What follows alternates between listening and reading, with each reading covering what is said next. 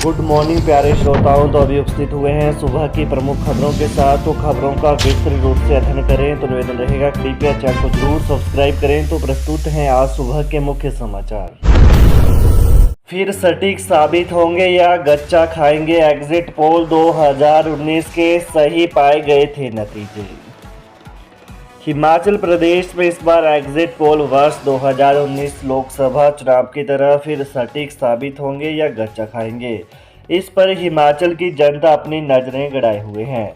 हालांकि पिछले लोकसभा चुनाव में प्रधानमंत्री नरेंद्र मोदी की लहर थी और एग्जिट पोल भी उसी हिसाब से सटीक पाए गए। इस बार कांग्रेस पार्टी ने चुनाव में खूब पसीना बहाया है। कांग्रेसी चुनाव के नतीजे एग्जिट पोल के उलट होने की बात कह रहे हैं, वहीं भाजपा इन्हें सटीक करार दे रही है। वहीं प्रदेश लोकसभा चुनाव के एग्जिट पोल भाजपा को जिताते दिख रहे हैं। न्यूज नेशन सर्वे के एग्जिट पोल के नतीजों में हिमाचल में भाजपा को 4 जबकि कांग्रेस को 0 सीट दी गई है।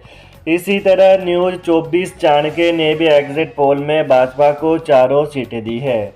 वर्ष 2019 में सभी एग्जिट पोल में भाजपा को 4 सीटें दी गई थी, जो सही साबित हुई।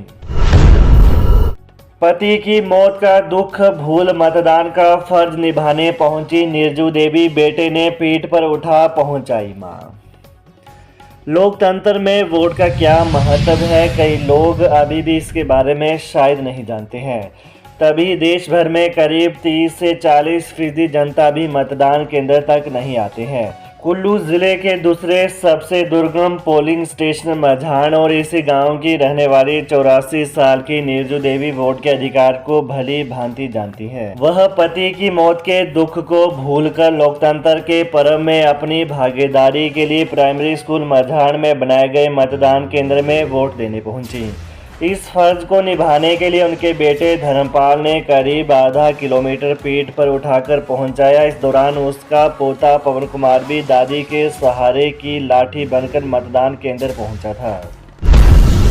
हिमाचल में लोकसभा में 70% से अधिक व विधानसभा उपचुनाव में 76% मतदान। हिमाचल प्रदेश में 4 संसदीय क्षेत्रों में लगभग 68.85% तथा 6 विधानसभा उपचुनावों में लगभग 76% मतदान दर्ज किया गया। हमीरपुर में 69.54%, कांगड़ा में 67.97%, मंडी में 73.12% तथा शिमला में 71.26% मतदान हुआ। 2019 के लोकसभा चुनाव की तुलना में इस बार हिमाचल में मत प्रतिशत कम रहा। वर्ष 2019 के लोकसभा चुनावों में हिमाचल में 72.42% वोट पड़े थे। लोग सुबह जल्दी ही अपने घरों से निकलकर मतदान केंद्रों पर पहुंचना आरंभ हो गए थे। सुबह के समय मतदान में तेजी दिखी, लेकिन गर्मी बढ़ने के साथ मतदान धीमा हो गया। दोपहर बाद मौसम सुहावना होने पर फिर से मतदान में तेजी आई। राज्य के कई स्थानों पर ईवीएम व वीवीपैट मशीनों के हाँकने की भी सूचना है, जिसके चलते मतदान कई जगह देर रात तक चला। हिमाचल में लोकसभा की सभी 4 सीटों के लिए हुए मतदान में 37 प्रत्याशी तथा 6 सीटों के लिए हो रहे विधानसभा उपचुनाव में 25 प्रत्याशी मैदान में हैं, जिनके भाग्य का फैसला 4 जून को होगा। भाजपा प्रत्याशी भुट्टो और बेटे के खिलाफ 3 एफआईआर दर्ज। कुटलहर से भाजपा प्रत्याशी देवेंद्र कुमार भुट्टो की मुश्किलें बढ़ गई हैं। उनके खिलाफ पुलिस ने एक साथ 3 मामले दर्ज किए हैं, जबकि उनके बेटे के खिलाफ भी एफआईआर दर्ज की गई है। इनमें धोखाधड़ी सहित अन्य धाराओं के तहत मामले दर्ज किए गए हैं। पहले मामले में लोक निर्माण विभाग के बगाना खंड के अधिशासी अभियंता सुरेश कुमार धीमान की शिकायत पर पुलिस ने भुट्टो के खिलाफ आईपीसी की धारा 420, 467, 468 के तहत मामला दर्ज किया है। प्रदेश भर में नशा माफिया पर कसा शिकंजा। पुलिस ने प्रदेश भर में नशा माफिया पर शिकंजा कस दिया है। पुलिस ने प्रदेश भर में आचार संहिता लागू होने के बाद पुलिस ने विभिन्न जगहों पर नाकाबंदी के दौरान अब तक भारी मात्रा में नशे की खेप पकड़ी है।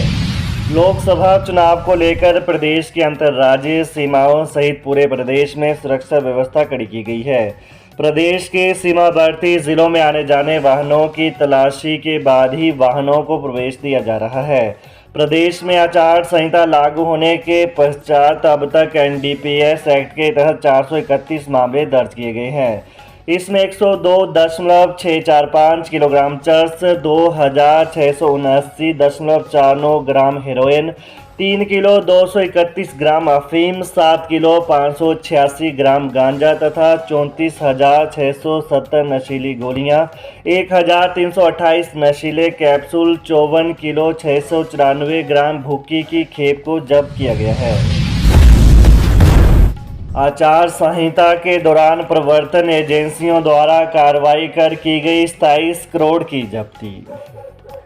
हिमाचल प्रदेश में 16 मार्च 2024 को हुई मतदान की घोषणा से राज्य में आचार संहिता लागू हो जाने के बाद मतदान के दिन तक पुलिस, आयकर, राज्य कर एवं आबकारी, वन तथा उद्योग विभागों की प्रवर्तन एजेंसियों द्वारा की गई संयुक्त कार्रवाई में लगभग 27 करोड़ रुपए की जब्ती की गई, जो पिछले लोकसभा चुनाव के दौरान की गई जब्ती से 2.5 गुना अधिक है। इसमें नकदी, अवैध शराब, सोना, आभूषण, चरस एवं नशीले पदार्थ तथा खनन अधिनियम के अंतर्गत चालान आदि शामिल है। वर्ष 2019 के लोकसभा चुनावों में लगभग 11.31 करोड़ रुपए की जब्ती की गई थी। 4 जून को खुलेंगे प्रदेश के स्ट्रॉन्ग रूम। हिमाचल प्रदेश में लोकसभा चुनाव और विधानसभा उपचुनाव का मतदान पूरा होने के बाद अब सभी विधानसभा क्षेत्रों के लिए अलग अलग स्ट्रॉन्ग रूम बनाए गए हैं। यहां 3 लेयर सिक्योरिटी में ईवीएम रखी जाएगी। इस वेयर हाउस के स्ट्रॉन्ग रूम में डबल लॉक होगा। यहीं ईवीएम अब 4 जून को मतगणना के दिन ही खुलेंगे। प्रदेश के वेयर हाउस में ट्रिपल लेयर सुरक्षा में ईवीएम रखी जाएगी। लोकसभा चुनाव और विधानसभा उपचुनाव के मतदान के बाद प्रदेश की ईवीएम वेयर हाउस में ट्रिपल लेयर सुरक्षा में रखी गई है।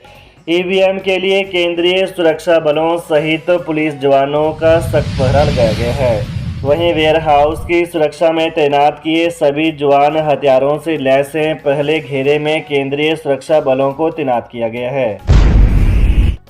मतदान के लिए नहीं मिला अवकाश, ये कर्मचारी नहीं दे पाए वोट। मुख्यमंत्री सेवा संकल्प हेल्पलाइन के कर्मचारियों को हिमाचल प्रदेश में मतदान के दिन कंपनी प्रबंधन और संबंधित विभाग की ओर से सवैतनिक अवकाश प्रदान नहीं किया गया।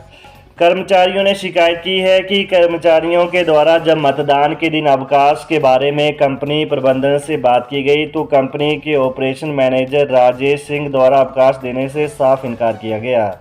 साथ ही कोई भी लिखित स्टेटमेंट देने से भी मना किया गया और टाल मटोल करने की कोशिश की गई। इस विषय पर संबंधित डिपार्टमेंट की ओर से भी कोई स्पष्टीकरण नहीं दिया जा रहा है और न ही कोई नोटिफिकेशन जारी की गई है। मुख्यमंत्री सेवा संकल्प हेल्पलाइन 1100 की ओर से आपातकालीन सेवाएं प्रदान नहीं की जाती हैं। फिर भी मुख्यमंत्री सेवा संकल्प हेल्पलाइन के कर्मचारियों को मतदान के लिए अवकाश नहीं दिया गया।